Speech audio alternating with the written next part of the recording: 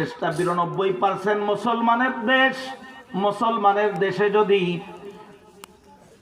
চোর থাকতো তাহলে কোরআনের বিধান দিয়ে হাত কাটা হতো।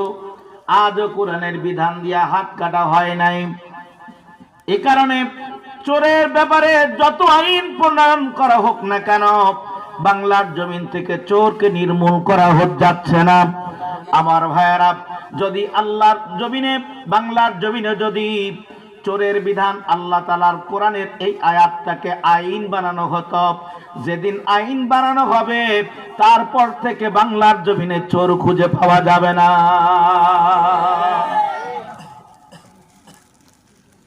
সম্মানিত আমার বন্ধুরা, ভূমিকায় আর কথা বলতে চাই না, শুধু একটি কথা মেসেজ আপনাদেরকে দিতে চাই। আপনারা বলেছেন বাংলাদেশে চোর আছে, কিন্তু চোর এর বিচার করার জন্য আল্লাহর বিধানটা আমাদের সমাজে বাস্তবায়ন নাই। তার মানে বোঝা যায় আমরা নামাজ পড়ি আল্লাহর জন্য, রোজা রাখি আল্লাহর জন্য, হজ করি আল্লাহর জন্য, কিন্তু সমাজের বিধান বাস্তবায়নের ক্ষেত্রে আমরা আল্লাহর বিধান মানতে রাজি না। আওয়াজ করে বলুন কথা ঠিক কিনা?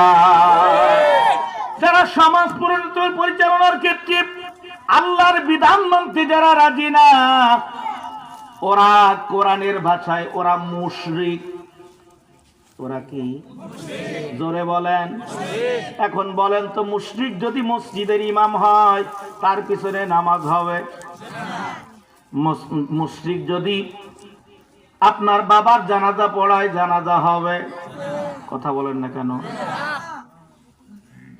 বলবেন কিভাবে মুশরিক? কোরআনে কারীম আল্লাহ রাব্বুল আলামিন বলেন, আইন তৈরি করার ক্ষমতা একমাত্র কার?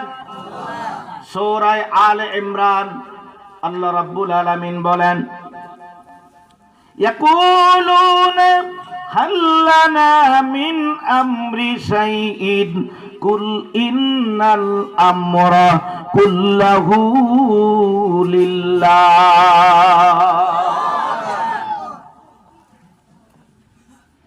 আল্লাহর নবী যখন মক্কায়, কোথায়?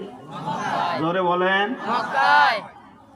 আল্লাহর নবী যখন মক্কায়, রাসূল যখন দাওয়াত দেন, লা ইলাহা ইল্লাল্লাহ, লা মা'বুদা ইল্লাল্লাহ, লা মাশুকা ইল্লাল্লাহ, লা খালিকা ইল্লাল্লাহ, লা ইলাহা ইল্লাল্লাহ, লা ইলাহা